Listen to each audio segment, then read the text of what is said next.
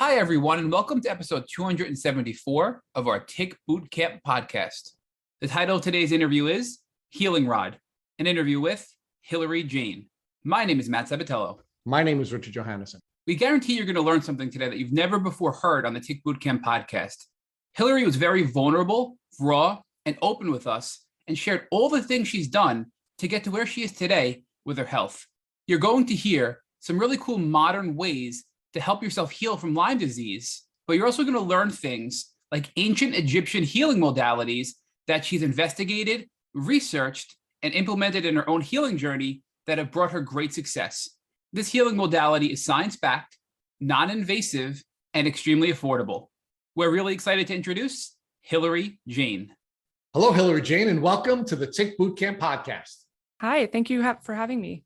We are really excited to have you, Hilary. You've been one of the folks that we've been aware of from our social media searches. And we always like to have the creative, artistic people on this podcast because they always give us a different perspective. And since Matt and I have absolutely no artistic creativity, we're always amazed with folks like you. So talk to us a little bit about first where you live and what you do. I live in Montreal, Quebec, Canada, and I'm a professional artist. I've been tattooing for a little over 16 years. I started very young when I was about 15. And I've been doing all sorts of visual art since then, illustration, photography, all sorts of stuff. And now I recently launched my home decor line. That's very much an expansion of my tattoo work and my illustrations. And I thought it would be a good way to bring all of that into a third dimension, as I could say. Oh, that is really cool. So your artistic platforms have changed from tattooing people to now dressing people. Is that really the way the platform has changed? Talk to us about the dressing homes. I design products, and I love styling homes, and I design drapes and pillows, and I've always been in love with architecture and interior design. My mom's an interior decorator. So it's just something I've always wanted to pursue other than tattooing, but tattooing does take a lot of time and energy out of you. I would think it would. So talk to us about what it was like growing up. Did you grow up in Montreal? No, I actually grew up in the Eastern Townships. It's a little over 10-15 minutes from the Vermont border. So very close to the United States border. I grew up around the lake. I've had kind of various places that I've grown up, like here and there. My mom had a cottage here, and then my dad had a cottage there. I was like pretty privileged on that point growing up in the country. But for sure that comes with the risk of getting bit by a tick. All right, so let's talk about that. Since you raised the privileged experience that you had, where you were an outdoorsy gal, did you have a lot of experiences at either your mom's cottage or your dad's cottage where you were spending a lot of time outdoors? Was it rural? A very solitary outdoor child. Definitely go around walking in the woods and very much in love with nature. I'd spend a lot of my time outdoors, and that has never left me. But I also grew up in the city. We'd go back and forth during summer and then the weekends and stuff. But at a very young age, I was raised in the country. So I'm definitely looking forward to moving back into the country. I think I've done my rounds here in the city. I will. We'll talk about that as we get later in this conversation. But let's just stay with your childhood. So when you were living this solitary life and you were spending a lot of time in nature, were you aware of ticks and tick diseases? No, absolutely not.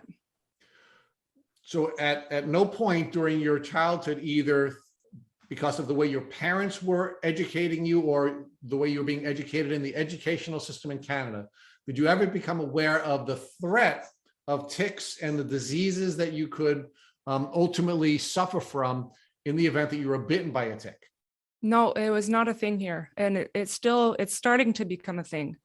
But I wouldn't be surprised if I've gotten bitten by a tick before when I was young. Like we were running in the fields. We know, we have a 17-acre plot of land. We had a 10-acre field. We'd run through there barefoot, all our childhood. So, yeah, I wouldn't be surprised. And it's one of the most active areas in Canada because of the climate, Yes. Yes. So did you have any companion animals, any cats, any dogs, any animals that were coming into your house? Yeah, I guess a few cats here and there. I think we're probably more aware about our animals getting ticks than humans. So you were aware. That's really what the question was. I don't as I grew older, I guess, but not at a very young age. Okay, I never thought there was like that. Like, honestly, being there out in the wilderness was the safest place in the world. Even if we had cougars or bears roaming around and coyotes, we knew it was the safest. So, as someone who's never been around a coyote or a bear, I certainly would think that you'd be more anxious about a coyote or a bear just because of the size and the size of the animal and the proximity of the threat. But as it turns out, perhaps those small vectors were even more dangerous, the ticks that were biting you that you weren't aware of, as it turns out. But let's talk more about your childhood. So you did share with us that you're from an artistic family, at least genetically. Your mom has transferred some artistic genes into you. So were you always an artistic kid? Oh yeah, I haven't stopped drawing. That's why I ended up starting tattooing at 15. I was drawing on, sleeves on myself with Sharpies. I never stopped drawing. I was definitely kind of like head in my notepad, not listening in school. I had learning difficulties and ADHD, and I guess I just love doing art. So what was your vision for yourself during your childhood as you're growing up? Did you always envision yourself in the artistic arena? And when did the passion for tattoo artistry develop in you?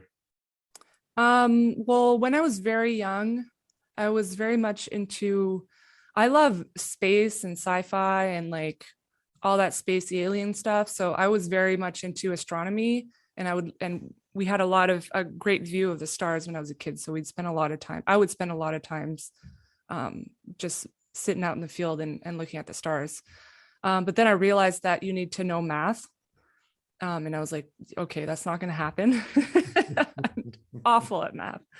And then I was drawing, and I didn't see myself being like an illustrator or anything like that, but I got into, millinery, which is hat making and vintage costumes. And so I wanted to be a costume designer when I was, around early teens. And then I discovered body modification and started working on some flash, which are basically designs for tattoos. And my father is a businessman, so he's he's kind of a coach in that sense, like a communications coach and strategist. So he was very very much pushing me to turn it into a business and try to why don't you try to go to a tattoo shop and try to sell your work. And I was drawing in high school and stuff, and then I did, and I ended up getting an apprenticeship. So it kind of fell into my lap. So talk to us about what that apprenticeship was like and what your vision was for your future while you were doing the apprenticeship. Well, I was very much interested in learning to tattoo. I did that for a couple years. But then, with the pressure of the family pressure and society, it was, you kind of have to finish CEGEP, which is a prerequisite to go to university. And you can't go to university until you're 21. So it's kind of like the in-between.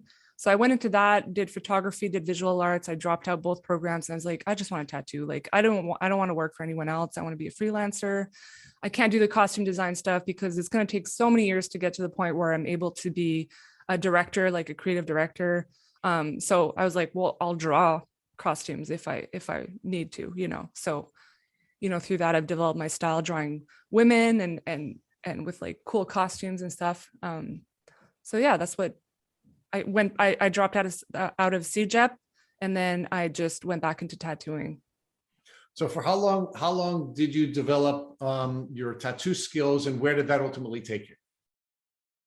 So I started 16 years ago. So I did the 2 first years, then I stopped, and then I started over again when I was 18.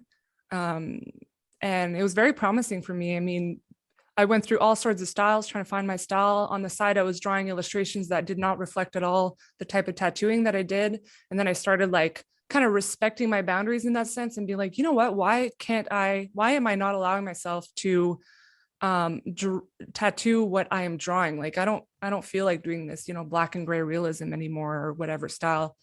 Because back in my day, you kind of had to like be able to do all sorts of styles. It's really not like that anymore. You kind of go into a niche right away. You do, artists are becoming tattoo artists. Back then it was like, you got to know how to do everything, the tribal, so there was definitely that pressure.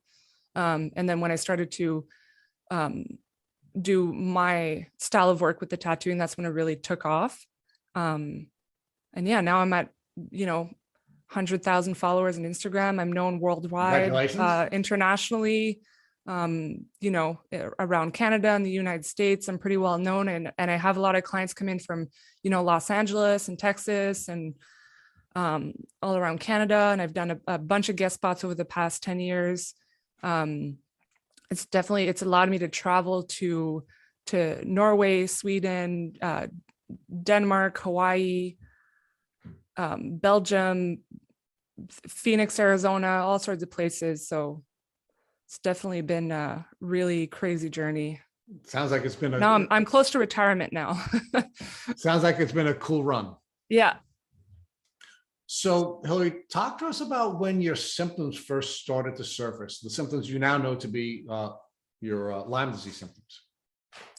Well, like I think I mentioned earlier, I wouldn't be surprised if I had started getting symptoms at a younger age, because I've always been kind of a tired type. I started drinking coffee like at early high school, and I always kind of been drained and not sleeping good, but that could be completely unrelated. But I remember getting bitten by a tick when I was about 22. I remember pulling it out. I was drunk in the field, and so I didn't know what it was, and I was kind of, when you're drunk, you're kind of like, what is this, whatever, and I was kind of playing around with it.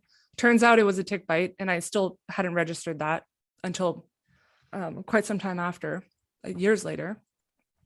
So I got the classic bullseye rash that spread over the next couple of days, pretty big. And then, so I went to see a doctor because turns out it had caused a cellulitis infection. So I only got treated for the cellulitis infection, which was like antibiotics for like 10 days. And then I continued developing weird rashes on my arms, like the smaller bullseye rashes, which I thought was weird, but I was like, okay, there must be a spider biting me, in bed, or it's summer, I don't know. And I remember, not feeling very well.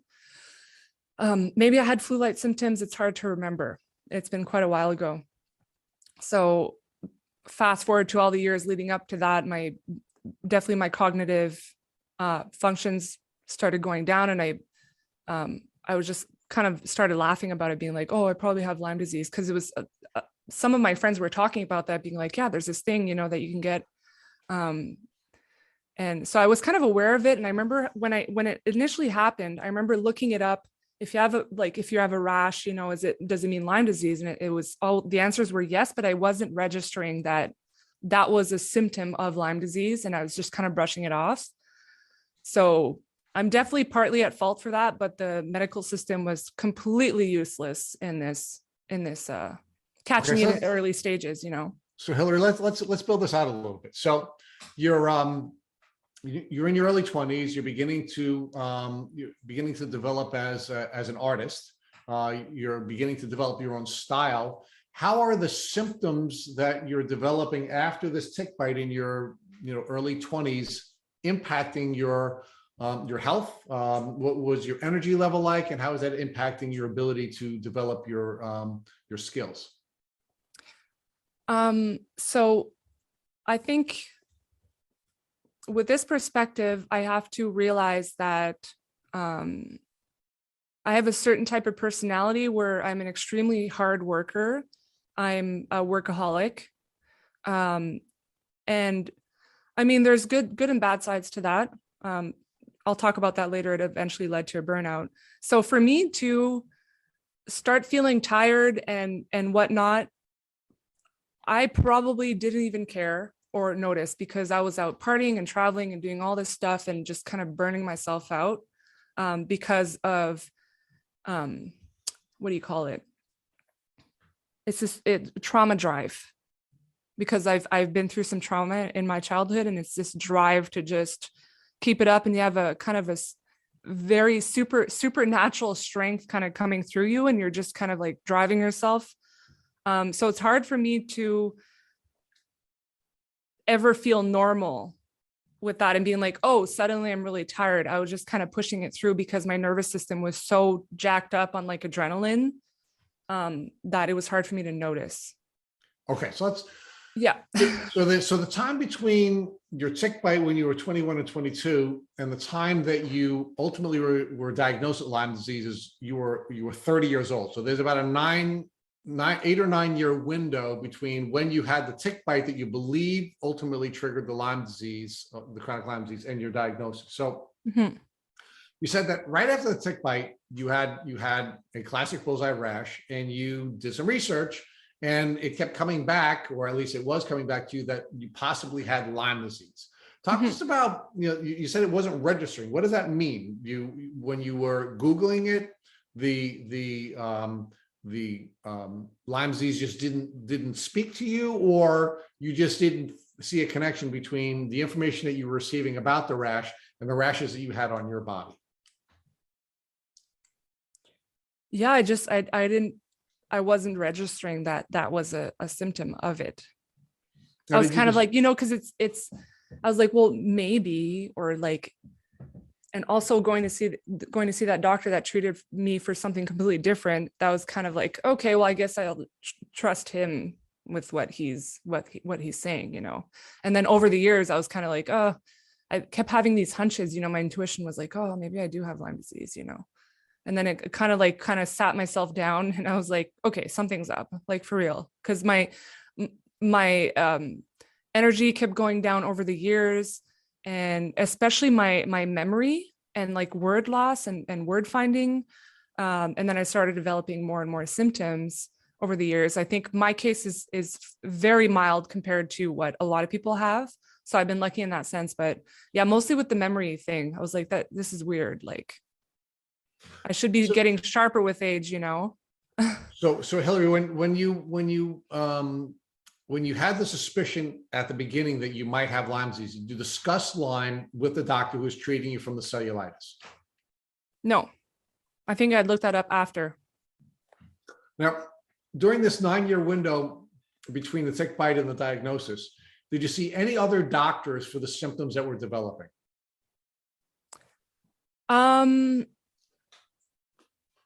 Yeah, I don't remember how much time.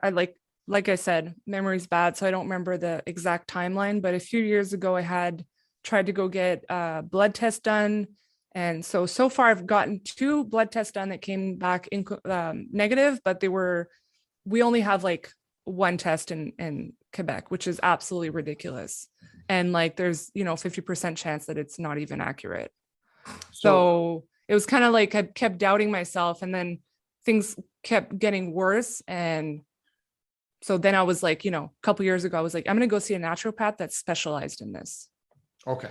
So you were acting on the suspicion or this intuition that was coming to you that you had Lyme disease, and you were going to doctors and you were asking them to test you specifically for Lyme disease. And when they did, the test did not come back positive. So the doctors were telling you didn't have Lyme disease. Exactly. But despite the doctors telling you didn't have Lyme disease, your intuition kept speaking to you, and you kept exploring whether or not you had Lyme disease. Is that correct? Oh, yeah. When you were doing your research on Lyme disease and you were seeing what the classic symptoms were of Lyme disease, you were seeing in yourself the classic symptom of Lyme disease, where you were going to your doctors and your doctor saying, well, doesn't matter because your Lyme disease test came back negative, so you don't have Lyme. Yeah, exactly. And then you start doubting yourself all over again each time. It's like being gaslit by someone. So you also said that you were on sort of overdrive for this period of your life, that you had suffered from trauma, and as a result of the trauma, your way of coping with the trauma was essentially to be in fight or flight full time. You were just always Exactly. working, and you're Yeah. always running, and you're always working on. Now, what impact do you think that had on your immune system? And do you think the lifestyle that you were living as a result of this traumatically induced experience that you were having, what impact do you think that had on the development of your Lyme disease symptoms? Definitely heightened things and threw me into 3 burnouts total. Talk to us about that. What were the 3 burnouts and how did they present? The first 2 were kind of mild, but it was very much like, I want to quit. Just very like emotional. And then the last one, and I'm still recovering from that, happened maybe 3 years ago. But in a kind of a progressive manner. And yeah, it's just really made kind of everything just fall apart, and that's when I discovered that's when I went to see a naturopath and got diagnosed. And it's just kind of like everything fell into place where it was like, you know what, this is time to heal from everything, from trauma, from overworking yourself, being in that drive in the fight or flight mode. I'm still recovering from that. I'm still trying to get, regulate my nervous system, and rest. There's been a lot of sleeping in the past 2 years. So that's why it's hard for me to explain the way that I was feeling the past 10 years, is because I was on that overdrive. So I wasn't listening to my body. I was abusing alcohol. I was abusing drugs. I was, partying and traveling and overworking and tattooing. I wake up in the morning at 11, draw until your tattoo appointment, then go to bed at 2 a.m. You're doing like 16-hour days. And then slowly I was like, oh, I can't keep up anymore. And it's not sustainable. So instead of working 4 days a week, I'm down to like not working anymore, but, progressively getting back to maybe once every 2 weeks. So you said that you ultimately found a naturopathic doctor. What took you from the allopathic or the traditional medical community and brought you over to seeking diagnostic and treatment care from a naturopath? Well, researching about Lyme and seeing how illiterate our doctors are, especially in the province that I live in. They're very invalidating, very uninformed, especially GPs, they're not specialists in that. So, and we don't really have any specialists yet. Like I think there's like one in Montreal, but the wait list is like 2.5 years or 3 years, and I don't know. I thought we kind of have to become our own doctors. And I think that's a very, very common thing with people that suffer from chronic Lyme disease.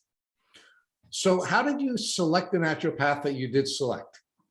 I found her online as a Lyme literate naturopath, and she healed herself years ago. She's not even a full-time naturopath. She just felt called to help others. Because of her journey, she healed herself from lupus and Lyme disease. And how was working with the naturopathic doctor different than working with the general practitioners you had been working with in the past? She was actually hearing me out and validating what I was going through and being like, okay, yeah, that's you have all the symptomology to help us diagnose you. And it was very nice to hear that she was like, you had the rash, that's a diagnosis. Like, and nobody else can tell you otherwise, It was very, very validating and kind of like, okay, I'm on the right path now. How else was the naturopathic doctor different than your general practitioner, other than just listening to you and validating the information that you were given to her? Well, she had a game plan for me. She was like, hey, this is what I suggest for you. Let's get your DNA tested. She was like, okay, yeah, you can get some blood tests done, but we need your DNA tested. We need to look further into that. Because when I get my blood tested, it's like, oh, your thyroid is normal. Well, no, it's not. It's, it's average, but it's not good, So, and they don't want to look further. You have to fight to get any sort of treatment going, or any sort of looking into things with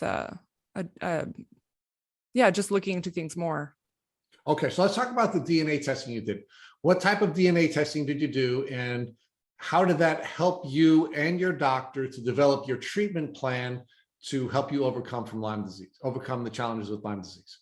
Well, first off, I don't work with my doctor anymore. She kind of went on leave a bunch of times, and I gave up on that route. For now, we'll see. But so yeah, I got the DNA testing done at 23andMe. And then I showed the results to my naturopath, and she was really able to tell me what was going on. There's still a lot of, we don't know why certain things are happening, but how you should be careful and what we can do to improve your health. Okay. Yeah. So did the naturopathic doctor do any blood testing with you that was different than the blood testing that was being done by the traditional doctors that were not able to diagnose you with Lyme disease? Yeah, I think I had gone back for a few blood tests that the naturopath had suggested, and I don't remember exactly what they were. So Hilary, I'd like to learn more about what you were talking about when you were saying to Rich that you had this lifestyle that was causing you to get sicker, right?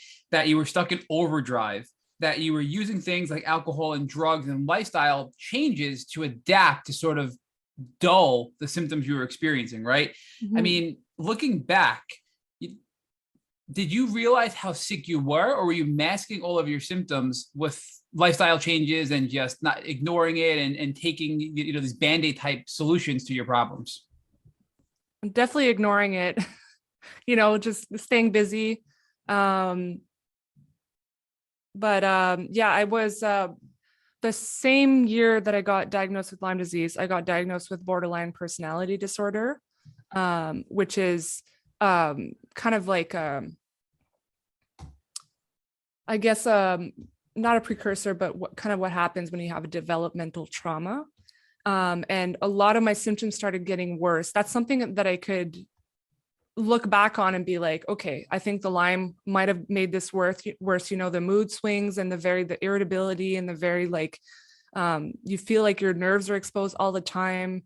I wasn't like that when I was a teenager. I was up and down, kind of had cyclothymic bipolar symptoms, but I wasn't so much on edge than after I got bitten by tick. It was absolute hell. So I finally went in to get a diagnosis and got put on medication, and it's been definitely life-changing. So I wonder, Hilary, do you think that it took you so long to get a diagnosis because doctors were thinking that it was all psychological or in your head, and they just didn't want to hear about your physical problems because you had some personality problems in their mind? No. I wasn't taking care of myself. That's all it is.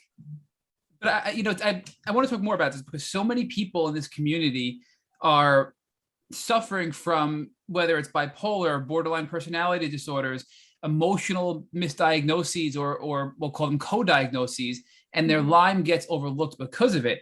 And we've come to learn from interviewing a lot of the leading specialists and the scientists and the doctors that these psychological and emotional issues can be amplified by the infection, right? So yeah. I guess what I'm asking you, Hilary, is do you believe that the Lyme disease made these things worse? Do you believe that the Lyme disease made these symptoms actually happen? Where do you stand with your viewpoint on your emotional symptoms combined with your physical Lyme disease symptoms?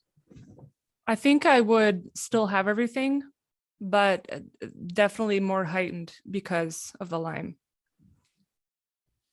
So now, will you ever put on any medication for the borderline personality disorder? Yes. And just time-wise, was this before or after the diagnosis of Lyme? After. Okay. Or in the span of a few months. I kind of was like, I need to get all this in order because I realized that I was not doing well. Okay. And now, did the medication help you with the symptoms that you were experiencing? Absolutely. Like I said, it was life-changing. I can function.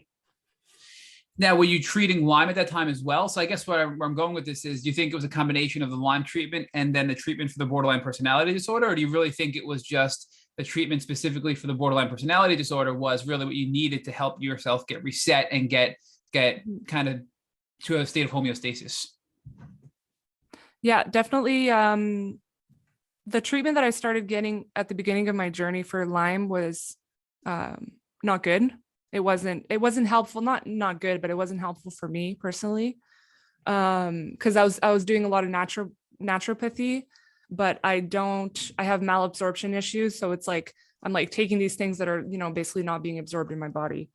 So I had to get out of that, but definitely going on antidepressants was a very helpful way in helping me be just a functional, healthy person and taking care of myself and going on that journey of self-care, because I was just surviving, every day I was surviving, dealing with this disorder.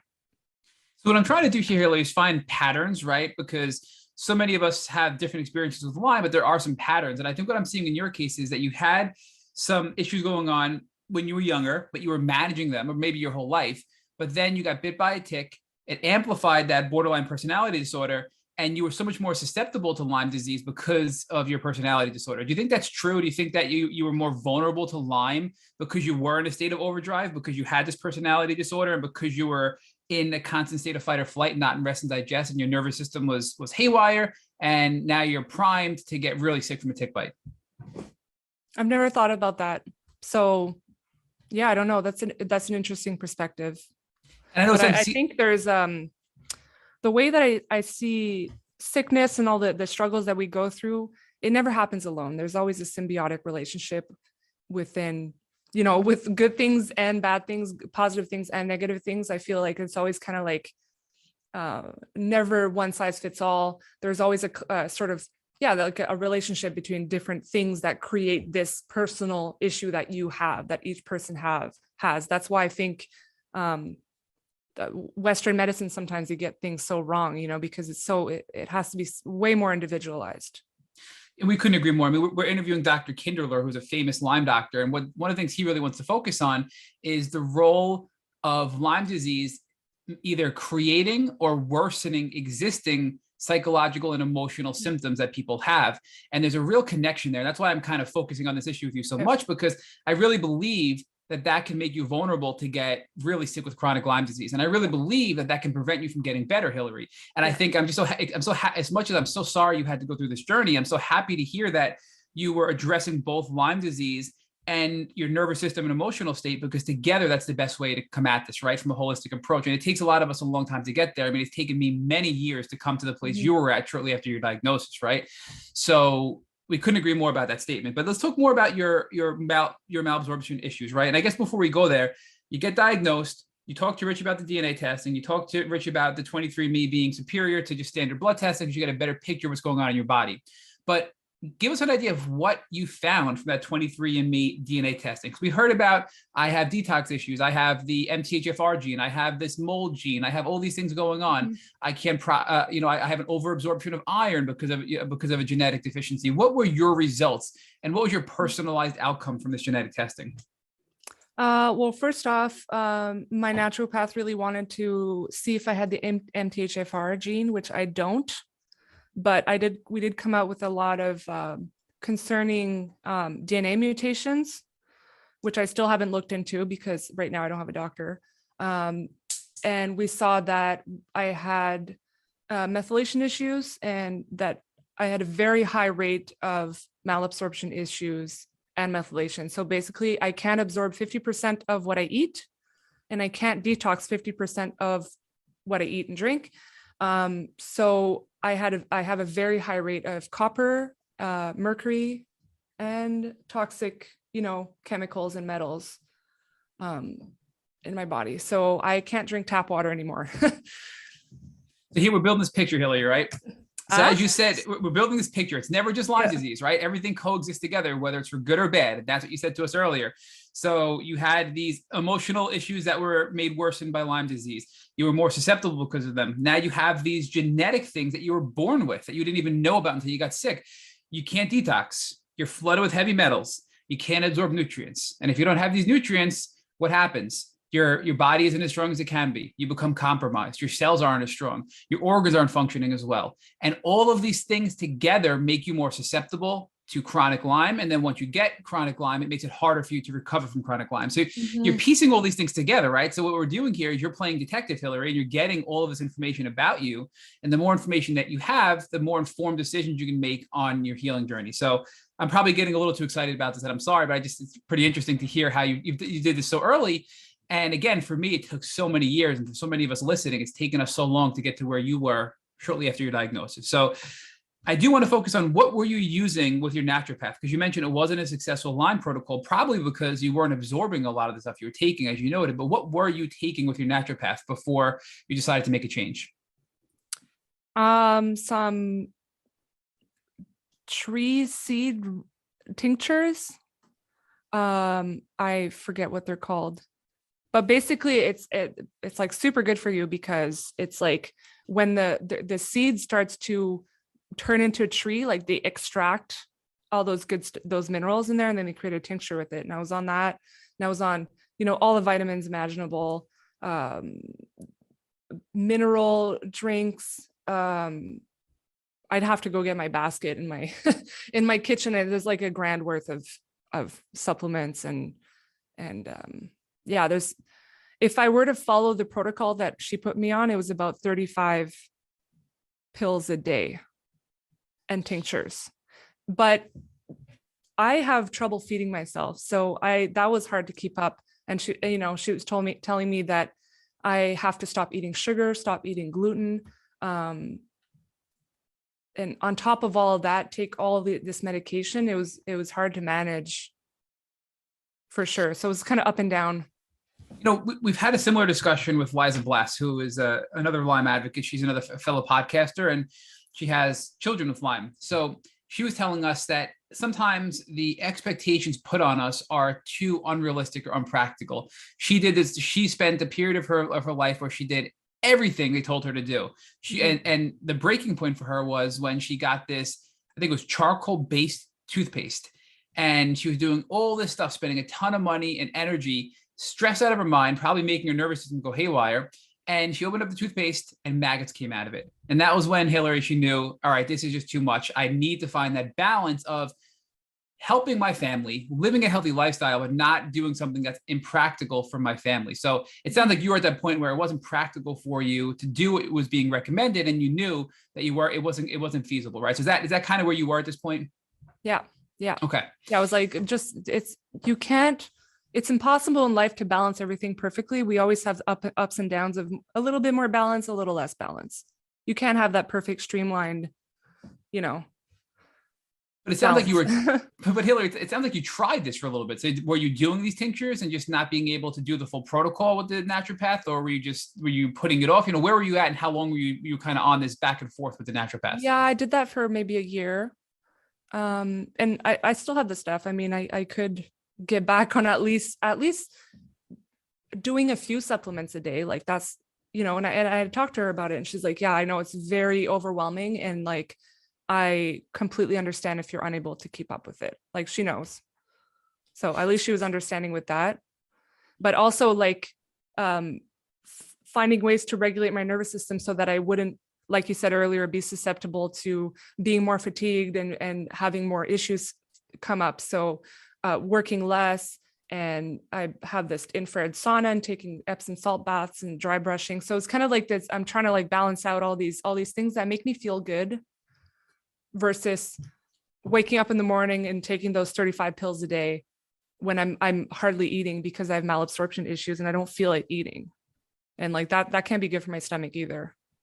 Well, I'm more concerned, Hilary, that if you have all these malabsorption issues, that if you're taking these herbs and tinctures, that they're not going to be as effective because you're only absorbing 50% of what you're taking, right? So to me, that's a red flag. And I'm not an herbalist, right? But I mean, I feel like that your naturopath probably is like, well, all of this stuff is really hard. She has to manage her diet, and she has to, eat with food and balance all this out with her life. But are you really getting the optimal benefit from it if you can't even absorb these things, right? Yeah. And because of the being in fight or flight and running on adrenaline, it's hard for me to have an appetite sometimes. Like I can go a full day without eating. So I need to get that in order first. For sure. And that's very common in the Lyme community, where people, not that they forget to eat, but they don't eat as much, right? And they have a hard Mhm. time eating and taking their supplements, and it's something that you have to balance. I mean, what was your naturopath's response to the genetic testing, though? It sounds like she persisted and said, I want you on these tinctures. Was it a higher dosing of the tinctures than we'll call a quote unquote regular person without these genetic deficiencies because you had malabsorption? Yeah, a lot higher. Like I think it was like, 75 drops to 1 or something. Like it was very high, and it tastes awful. And it's just ugh. All right, so on top of it, not to hone in on this too much, but you're taking a much larger dosing of this protocol from your naturopath because you have these malabsorption problems, but it's still hitting your gut. So how are you feeling when you were trying to take these tinctures? I mean, you're not eating, so you don't have anything in your stomach to really kind of balance it out. You're taking a much higher dosage than usual because of your malabsorption issues. Were you getting sick? Were you getting nauseous? Were you getting stomach pain? Were you getting bloated? How is your body responding to all of this stuff when you were trying to take these tinctures? I didn't feel like there was that. First off, there was no visible results, and I've been dealing with the chronic nausea for quite some time, and I think probably that heightened it. Was the nausea from prior to taking the tinctures? That a symptom you had before, or was that a result of taking the medication? That's a good question. I don't remember having that much nausea before. I mean, I have hypoglycemia, not super severe. So I do get nauseous if I get hungry. It's kind of like, I'm not hungry. Then it's like, I absolutely have to fucking eat like now or else I'm going to fall. But yeah, I could feel the last couple years I've had quite a bit of nausea. Have you found anything that has helped with the nausea? Because that's really common with Lyme disease in general, but also treating Lyme, that you get nauseous, and a lot of medication makes you nauseous as well. Mm-hmm. So is there any tools, tricks, advice, guidance you can give our listeners that have helped you with your nausea? I think the best thing would be ginger. Straight up chew on ginger, or like hardcore chewing ginger. Yeah, hardcore chewing ginger. I would do that if I got home late, and the room is spinning. I've done that before with one foot on the ground, just chewing ginger, just did it help? Out of my mind, being like, please God help me. Did it help? Yeah, ginger and peppermint tea. But when you came home and the room was spinning and you were chewing on ginger, did it help alleviate your symptoms? It helps a little bit, but I have a better trick now. You just grab some of that activated charcoal, and then you'll wake up. It'll de-drunkify you during the night, and you'll wake up with no hangover. So wait, were you nauseous because you were drinking too much, or were you nauseous because you were treating Lyme disease at this time? I just want to get perspective for that moment. Ago. It's just, I know it's a good trick. Okay. Yeah. So, but in general, chewing on raw ginger can help with nausea. Mm-hmm. And now so now the activated charcoal, that's more for drinking alcohol, not necessarily dealing with any kind of symptoms or side effects from Lyme treatment, right? No. Okay. Yeah. So, I mean, have you tried activated charcoal as a binder with Lyme disease to bind out toxins? Because you mentioned that you obviously can't detox, and we're all exposed to toxins every single day, and your body's not removing toxins like it was designed to do. So yeah, if you have this 50% toxin retention because of that genetic deficiency. So are you doing binders? What are you doing to address the heavy metals? No, I'm not doing binders. I haven't gone down that route yet. So no, I wasn't doing the activated charcoal thing. Okay. But I drink distilled water. And then I also had that mineral thing that tastes like fake orange flavor. It's hard to drink. So what is that with fake orange flavor? I've never heard of that before. What is that? Look, I'm willing to try something gross if it's good. If it helps me, I'll deal with the grossness, right? Yeah, it's like it's a vitamin C like mineral juice thing, but it tastes like unnatural orange flavor. Oh, like fake orange, like that. Really, I know what you mean. Yeah, that fake orange taste, like, not like real. Yeah. Do you recall it? Does it help, or it didn't even help? It's not worth even asking you the name of it. Not so No, much. I can tell by your face. Any of that helped. Our listeners can't see your face, but when I asked you that question, your face told me no right away, Hilary. So, Oh gosh. Well, it's like when you have medication for so long, and it's just like you overuse it, and then you're like, you cannot have that taste ever again. I can relate. I mean, I was just sick, and I think it was either COVID or the flu. I'm not really sure what it was, but I had an English muffin that day, and I have not been able to think about or eat an English muffin ever since that day. It makes me sick to think about it. So I can relate. You traumatize yourself. Yes. All right. So a couple of things I want to dive back into. So you talked about the orange flavor didn't help. We're not going to go there. Distilled water, right? Why does that matter? We've heard about distilled water being important because it helps people kill parasites. Parasites do not like distilled water. And that's a big thing with parasite cleansing. But for you, you said distilled water was you're doing. Why are you drinking distilled water, and how's it helping you? So that I'm not absorbing any more metals. Because and also fluoride, which is a chemical, which is found in tap water. Even if you filter it out, distilled water is the only way to completely get rid of fluoride. Also, when you drink tap water, you're getting fluoride and you're getting chemicals that normally it would just be filtered out by your body, but because you can't detox those, the fluoride, the heavy metals, etc., you need to drink distilled water to reduce your toxic load, so your body is gonna be healthier essentially. Yeah, and in Montreal, it's like the pipes are very old, like the plumbing. So there's definitely lead in the water. Wow. So that's really interesting. So if people listening have any kind of methylation issues or detoxing issues, which probably a lot of us have, frankly, in the chronic Lyme community, distilled water not only is going to be helpful in removing parasites, which are known to be sort of a common additional problem with Lyme disease, but also helping reduce the amount of toxins you're taking in your body. And the less toxins you take in, the stronger your immune system can be to focus on the things that are making you sick, right? So that's a really interesting. Rich, I know I never asked you a question, Rich, but Rich, have we heard of distilled water being used that way before in this podcast? I don't think we have. I don't believe we have, Matt. I think this is the first. So thank you, Hilary. Yeah, and just one thing to note, I think it's important to add to mineralize it also. What does that mean, mineralize it? Can you explain? Well, just to make sure that you have you're absorbing extra minerals, because distilled water does not contain any minerals at all. So found in natural spring water, you have like all those good minerals for you. So it's important to either to add some, or, because my main focus was getting rid of the fluoride. So I just want to understand this better. So if I'm drinking tap water, which people are going to get really mad, but I'm going to admit on this podcast, I drink tap water. So not all the time, sometimes. I'm getting good minerals out of tap water, but I'm also getting a ton of bad stuff, right? From the pipes, the heavy metals, the fluoride, etc. So when you're drinking distilled water, you're getting rid of all the bad stuff, but you're also getting rid of the good stuff, which are the minerals that are in tap water for me, right? Exactly. So you have to now adjust for that by mineralizing your water. So what does that mean? Is that like something you put into your water, or is that what's the process to do that? I know it's probably such a simple question, but I don't know how that works. Yeah. Well, I don't do it because I have a lot on my plate. I think I'm already feeling a lot better just drinking distilled water. Like tap water actually will make me nauseous.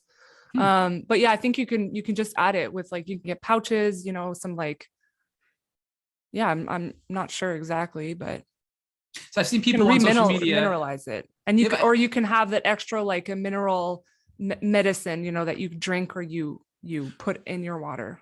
Right. So I've seen both on social media where people are drinking this sort of, I'll call it mineral supplement, where it's like a little squeezy thing that they can drink, or they put it into their water and drink that. Mm-hmm. But I guess the question I have, Hilary, what is the value or benefit of these minerals, right? Because, I think maybe we'll take that for granted. And honestly, I don't fully understand what value these minerals bring to our health and how they help us in a Lyme recovery journey.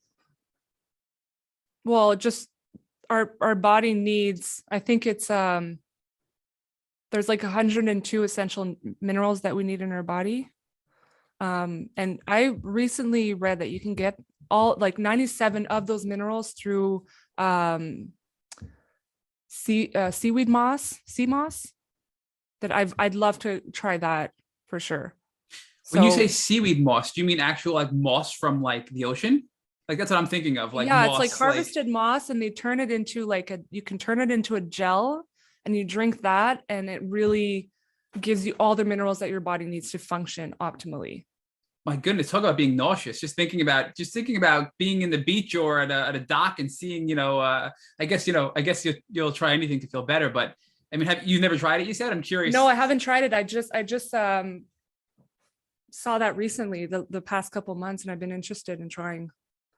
Well, you definitely have to let us know if you do, and we'll have to post an update to the show notes on this podcast if you do, because I certainly will not probably try that, because it's mentally not something that I think I'm ready to do. Rich is sitting there. For those that, again, one of the drawbacks of this being of an audio only podcast is Rich is making all kinds of faces. I think Rich is going to try it, so we're going to volunteer Rich to try this, and we'll update the show notes and let you know how Rich responds to this, because I'm certainly not doing it. And Hilary, we'll let Rich be our guinea pig. He's always my guinea pig with everything we do, so we'll take that approach. So. All right, so now we're getting this much bigger picture. You're diagnosed, you work with a naturopath for a year, on and off, you're treating with various tinctures because you really can't handle it. You're having a better picture of what's going on, and then you stop treating with a naturopath. And this is, again, only about 2 years ago you're diagnosed. So a year ago, you stopped seeing your naturopath, and you're kind of independently doing a ton of research, a ton of reading and learning and enacting things on your own to feel better. And you noted earlier that you're feeling a lot better today. So what else are you doing to get to the level of health you're at today? I know you're not, in remission. I know you're not symptom free, but you have made gains, right? So what are some of the things you've done to get yourself where you are today? So after doing the naturopath protocol and kind of giving up, I took some time off and really just kept focusing on the fact that I was still burnt out and that I need to focus on getting my emotional state in order and, going to therapy and just taking care of myself, taking care of my body and resting. And then I fell on a comment on Instagram, a couple comments actually, on a page that I follow, regarding how pressurized oxygen chamber therapy has helped. Is this HBOT, the hyperbaric oxygen therapy? Is that hyperbaric oxygen? Okay. Yeah. So I've been on that. I tried that. I started back in November, and it's required for me to do 30 treatments. But as I'm partially out of work, I can't afford it. And it's like $260 per treatment, and you need 30. So I think I'm at 10 or 11 or 12, but I stopped because I gave myself a medical leave. So that's what's fun about being self-employed. I can give myself medical leave because I was just really could not work, sleeping hours and hours at a time. So I haven't finished that protocol yet, but the one thing that has helped is completely ridiculous. And it's like you were saying, for a lot of people, it's like that, this one thing just helps. And it's like, where does that come from? And it's, they're called Pharaoh healing rods. I've never heard of them. They're like ancient Egyptian healing rods. And basically there's one zinc cylinder that you hold in your left hand.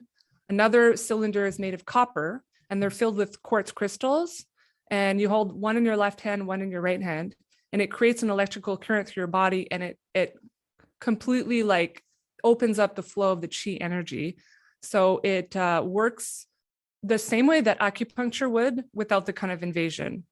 So you hold these, a few times a day, and you can meditate with them. And I use them for, my Reiki clients. Honestly, it's the only thing that I've seen progress on.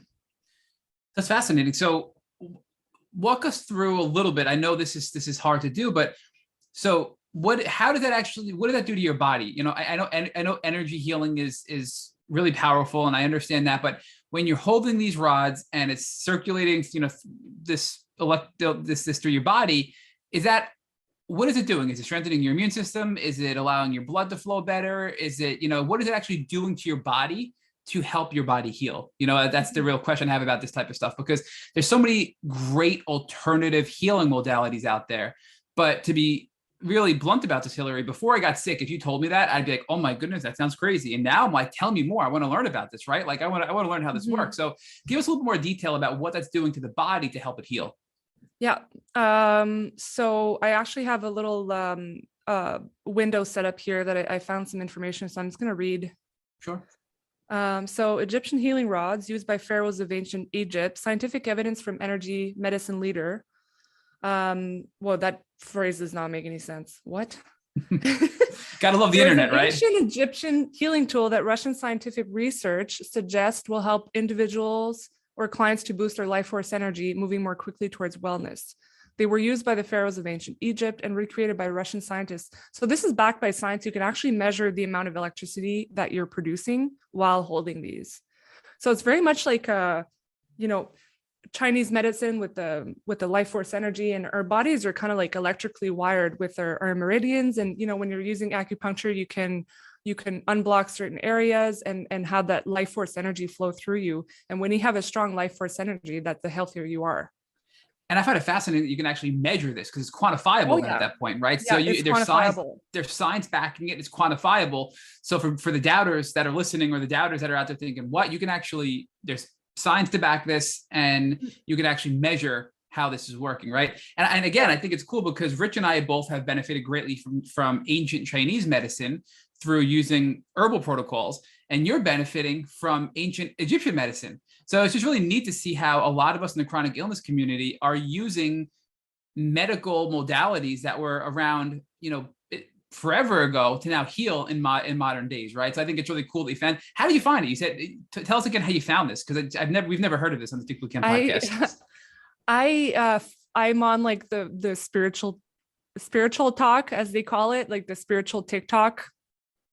So you're on that side of TikTok. Okay. Yeah, I'm on that side of TikTok. I'm a very spiritual person, and I'm into like alternative medicine and stuff. I definitely trust that more sometimes than Western medicine. But yeah, I found just some person promoting that on TikTok, and I was like, ancient Egyptians, aliens, I need to try this. But the proof's in the pudding, Hilary, that's how my brain works. I'm like, okay, this is like really cool. I'm a nerd. But I love that it's working, and that's why I'm geeking out so much with you about this, because it's just so cool that this is working for you and you're having progress. And it's another option that our listeners can have to try for themselves. And we always look at things here at Tick Bootcamp.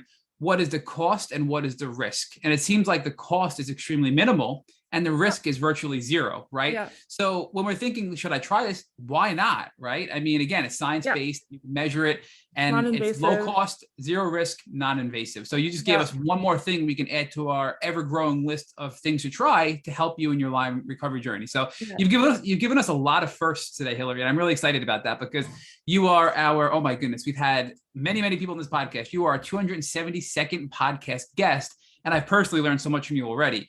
So I mean, with all of this stuff, I have to ask, like, your family, everybody in your life, some of this stuff, again, I mentioned I would be like, that's nuts before I got sick. What does your family think about now these new modalities you're using to heal? Are they questioning it? Do they give you grief for it? Or are they really open and accepting of where you are and what you're doing to heal? My mom's very much like, whatever works. We're kind of more connected on that alternative method, I guess. My dad's very, very practical and very like science driven. So he's like, oh, naturopath, like, don't waste your time with that. She's not even a real doctor. So he tried to suggest going to see a infectiologist, an infectious disease expert. And that was just such a disaster. It was like the worst appointment in my life. It lasted 5 minutes. I came out of there, I was almost crying. The man was just so mean and not listening to what I was saying, and being like, oh, you can't, if your blood tests are negative, you don't have it. And I'm like, okay, well, like, what do you know about this? Are you like a specialist, and, are you Lyme literate? And he was just not answering and not listening to me. And I was like, okay, well, you're absolutely useless. So yeah, I don't share more of that. But I think it's great that with my parent. But I think it's great that you didn't listen to that infectious disease doctor, right? Because so many of us get these doctors, and then we stick with them, or we try to make it work, or we start to believe them. But you're just like, nope, you're not Lyme literate. You're not working with me. Peace out, right? I mean, you're like, that's pretty much how you responded to it. So I stood up and I was like, well, I'm going to stop wasting your time, and then left.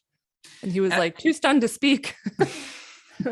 I applaud you for that, because I certainly wouldn't have done that. I would have sat there, been frustrated, and left. So I think that's another important part of what you've learned, is how to work with various doctors, know when a doctor's working for you and know when a doctor's not working for you. And really, it sounds like you've had the most success in your healing journey by learning from researching, going on the internet, reading various, science-backed articles, and hearing from people in the community. I mean, that's what you've done with the distilled water, all these things, right? I mean, are they called healing rods? I just want to make sure I have that correct. What are those called they're again? healing rods or healing cylinders. Healing And they rods like and healing cylinders. balance out the energy, balances out the energy in your body. So it's good for emotions and mental illness too. And it's also, you have to research it. It's really, really interesting. But it's all connected, I think, Hilary. And I'm curious where you stand. Oh yeah, with this, that's what I was saying. But you believe that, because we interviewed Dr. Leo Shea, who's the leading Lyme and tick-borne disease neuropsychologist, and he believes that every single psychological condition has a physiological root cause. Meaning, if you have this personality disorder, there's some imbalance in your body causing that to present, and there's a way to help address that, right? So, do you believe that it's all connected? I mean, do you think that there's like this domino effect in the human body that sometimes we just don't fully understand yet in modern world? I think it's the opposite. I think it's emotional blockages and trauma that causes physiological issues. Ooh. Well, I like that. So you think that, I guess in your case, right, you had some emotional blockages, which made you susceptible to Lyme. And as you started to heal the emotional blockages and the Lyme, that's where you're getting yourself to where you are today, and probably the healthiest you've been since being sick, right? Mm-hmm. Yeah, it kind of all goes together. I think it's super important to see your healing journey with a holistic point of view. And that's the thing I really don't like about Western medicine. There's no holistic point of view. It's like in Chinese medicine, we don't just heal the communication between the problem and the solution. There's the problem, the communication that causes the pain, the symptom, and they heal all of that together, not just the issue, which is the pain. So talk to us about, I have to ask, because Dr. Horowitz and I did not know any of this. And apparently this is a whole community, or a subset of the community, the Lyme community, and also outside of the Lyme community, where with aliens, I believe that, and Rich knows because he read Dr. Horowitz's latest book, with star seeds and things like that. So give us a little background on what you meant by aliens in regards to this ancient Egyptian healing using healing rods and cylinders, and what role aliens played. Because you did say the word aliens, and of course you knew we have to ask about that. Yeah, I'm really into the alien theories and conspiracies. Just because I'm somebody that likes to keep an open mind, and I'm also open to having a perspective on things that works for me personally, and kind of creating my own thing with that. We all have that right to do that. So I think the aliens are very much connected with ancient Egypt. There's a lot of things that are unexplained, and even some like expert anthropologists can tell you that there are a lot of things that are unexplained, and that there's likely a connection there, especially with the electricity and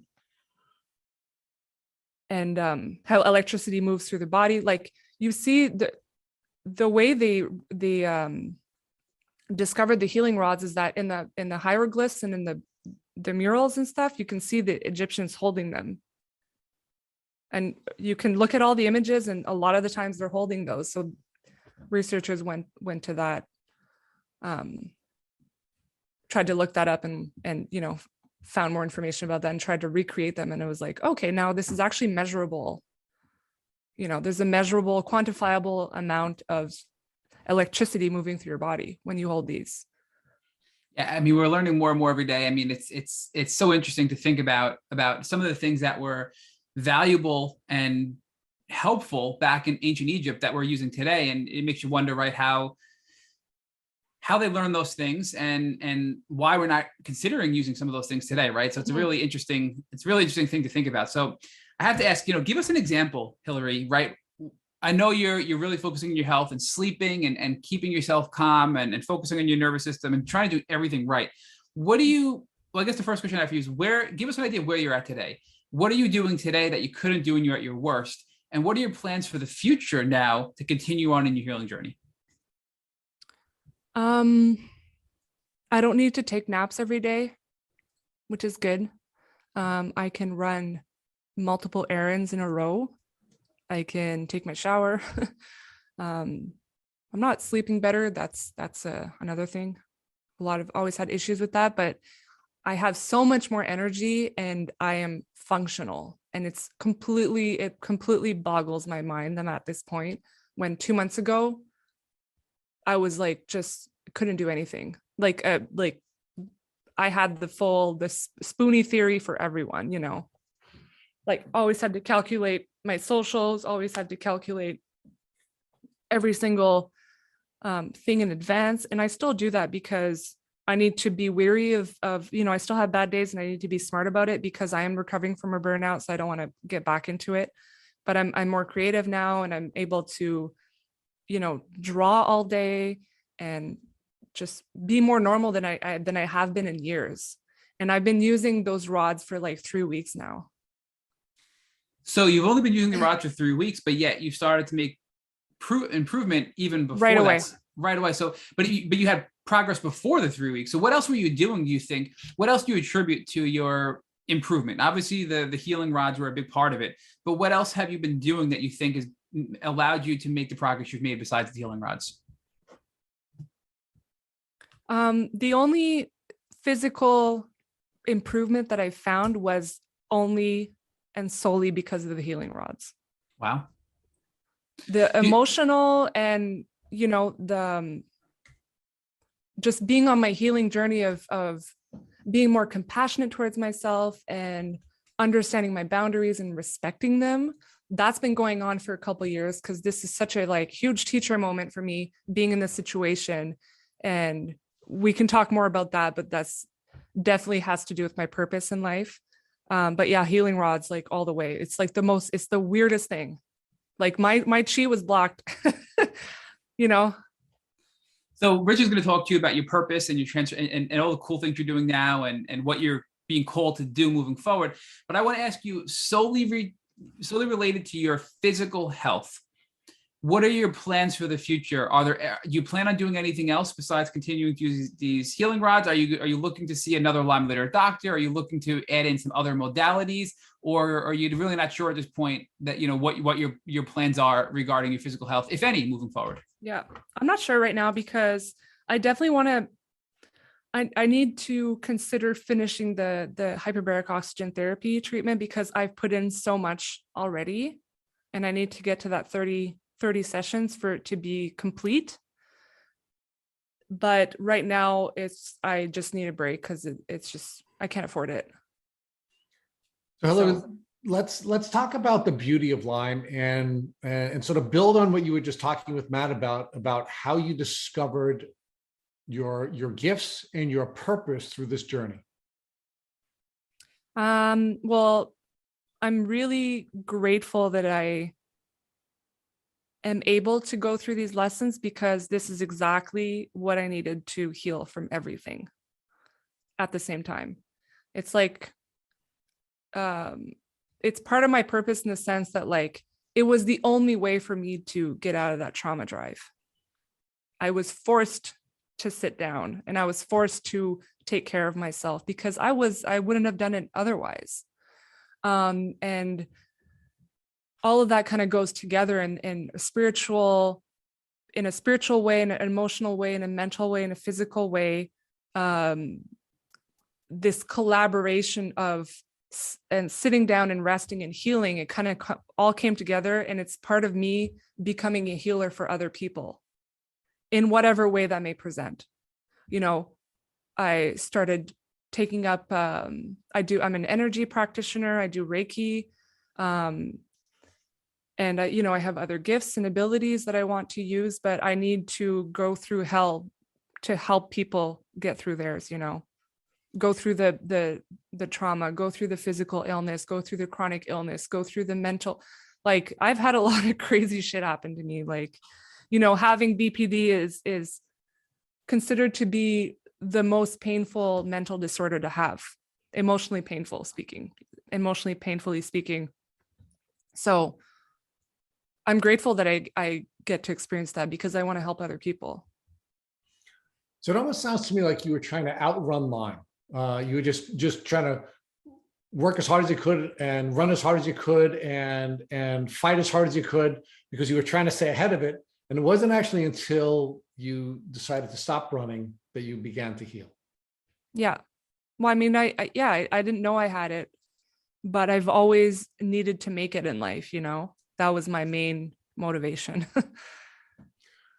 So now let me ask you the final question we ask all of our guests on the Tick Bootcamp podcast. If God forbid you went back to one of the rural cottages that your parents own after this podcast, and after taking a walk in the woods, you came back and you found a tick biting you, what would you do so that you can prevent yourself from having a Lyme disease relapse? I would go back on Google and see how you properly remove it, because I still don't know how. And then I would do that and then go to a Lyme literate doctor, probably in the United States, because the medical system here is completely useless. So Hilary Jane, we can't thank you enough for taking time to share your beautiful story with the folks who follow us on Tick Bootcamp. Thank you so much for having me. It was a pleasure. Thank you for listening to our Tick Bootcamp interview with our guest, Hilary Jane. To our listeners, we have a call to action. First, if you'd like to learn more about Hilary, please visit her on Instagram at Hilary Jane Artist. Again, that's at Hilary Jane Artist.